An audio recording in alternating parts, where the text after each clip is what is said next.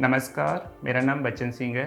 मैं एक clinical embryologist and director of choice IVF centre. आज मैं बात करने वाला हूँ आईवीएफ में आने वाले खर्चे के बारे में। कई सारे पेशेंट्स का सवाल रहते हैं, कई सारे पेशेंट्स के कॉल भी आते हैं कि आईवीएफ में कितना खर्चा आएगा, या पेशेंट का हमेशा सबसे पहले यही सवाल आता है जब अगर पेशेंट कॉल कर रहे हैं तो आईवीएफ में कितना खर्चा लगेगा। फर्स्ट सवाल उनका यही रहता है। तो आज मैं आईवीएफ में आने वाले खर्चे के बारे में एकदम डिटेल में एक्सप्लेन करना चाह रहा हूँ, जो कि आपको सारे आपके जो भी पेशेंट्स के सवाल होते हैं या क्वेश्चंस रहते हैं वो सारे क्लियर हो जाएंगे।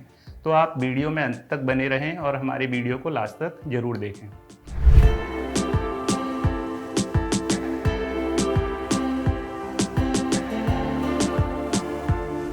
मैं आपको बताना चाहूँगा कि जो आईवीएफ का कॉस्ट है, आप मान के चलें कि आईवीएफ में जो आने वाला खर्चा है अराउंड 1,10,000 या 1,20,000 के आसपास आपका आईवीएफ का कॉस्ट आएगा।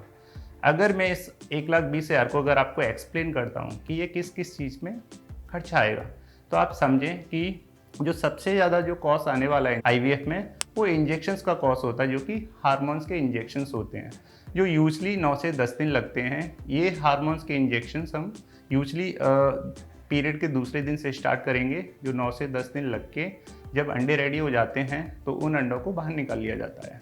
अगर हम बाकी दूसरे जो खर्चे के लिए बात करें, जो कि सबसे ज़्यादा आता है, वो एम्ब्रियोलॉजी लैब या ओटी के खर्चे होते हैं। ओटी में जैसे बेहोशी की दवाई हो गई या एनेस्थेटिक्स कॉस्ट हो गए, डॉक्टर्स की फ़ीस हो गई, ward charges, embryology lab charges होते हैं जिसमें निडल्स, मीडिया, डिस्पोजेबल्स, कैथेटर्स। तो अराउंड इस खर्चे को हम 25 से 30,000 मान के चलें। तो कुछ और अदर खर्चे होते हैं, तो आप इस खर्चे को ऐसे सोचें कि 1,20,000 है, जिसमें से मैंने 9 से 10 दिन स्टिमुलेशन के इंजेक्शंस लगे, अराउंड 50 से 60,000 के इंजेक्शंस का कॉस्ट आता है। बाकी लैबोरेटरी और ओटी के जो खर्चे हैं 25 से 30,000 आप उसमें खर्चा आता है। कुछ ब्लड इन्वेस्टिगेशंस होते हैं, टेस्ट होते हैं, जो कि डॉक्टर्स के द्वारा रिकमेंडेड किए जाते हैं, सजेस्ट किए जाते हैं, तो उसका खर्चा आप मान के चलें 5 से 6,000 के आसपास ब्लड इन्वेस्टिगेशंस का कॉस्ट आता है। इसके अलावा जैसे अगर हम बात करते हैं बीच में आपको ड्यूरिंग प्रोसीजर या आईवीएफ के दौरान कुछ खर्चे आपको एक्सप्लेन कर दिए जाते हैं, तो मैं अगर आपको बताना चाहूँगा कि पेशेंट टू पेशेंट नीड होता है कि कभी आपको एम्ब्रियो फ्रीजिंग के लिए सजेस्ट कर देते हैं, डॉक्टर्स के द्वारा आपको सजेस्ट किया गया कि आपको एम्ब्रियो फ्रीजिंग कराना है। तो आप मान के चलें कि एम्ब्रियो फ्रीजिंग का खर्चा आप अनुमान 20 से 25,000, ये सेंटर टू सेंटर वेरी करता है कि कितना चार्ज कर रहे हैं, बट आप मान के चलें नॉर्मल खर्चे आप 20 से 25,000 एम्ब्रियो फ्रीजिंग का कॉस्ट आएगा ही आएगा।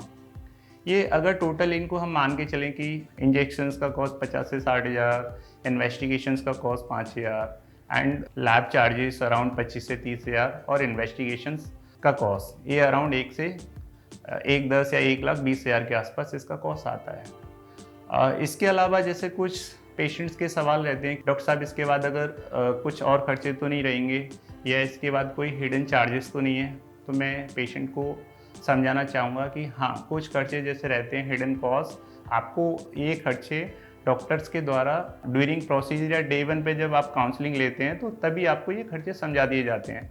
अगर मैं हमारे सेंटर्स जॉइस आईवीएफ की बात करता हूँ, तो हम सारे खर्चे डे 1 पे ही एक्सप्लेन कर देते हैं पेशेंट को।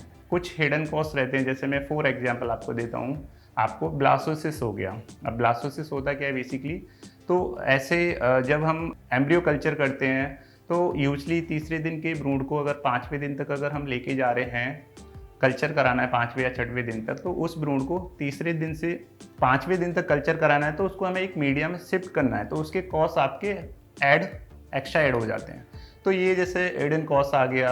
कभी कभी जैसे आपको ड्यूरिंग प्रोसीजर बताया कि लेजर असिस्टेड हैचिंग आपको जाना है, बट ये हम तभी सजेस्ट करते हैं जब पेशेंट फेलियर है या रिपीटेड आईवीएफ फेलियर है, तब लेजर के लिए हम पेशेंट को सजेस्ट करते हैं, तो उसके भी कुछ कॉस्ट ऐड हो जाते हैं। बट हम ये डे 1 पे ही पेशेंट को एक्सप्लेन कर देते हैं, जिससे कि पेशेंट के बाद में डाउट ना रहे कि सर ये कॉस्ट तो आपने पहले नहीं बताया हमें। तो जैसे कि मैंने आपको बताया, ब्लास्टोसिस के चार्ज एक्स्ट्रा ऐड हो गए, आपके लेजर के हो गए, तो ये सारी चीज़ें कुछ चार्जेस होते हैं जो कि आपको सेंटर्स के द्वारा पहले से बता दिए जाते हैं या कुछ सेंटर्स द्वारा आपको बाद में बताए जाते हैं। तो ये हिडन कॉस्ट है, बट हम इसको डे 1 पे ही पेशेंट को एक्सप्लेन कर देते हैं। तो ये इसको ओवरऑल अगर हम माने तो ये आईवीएफ में कॉस्ट आता है, जो कि मैंने आपको डिटेल में एक्सप्लेन किया है। आई होप कि आपको ये वीडियो समझ में आया होगा।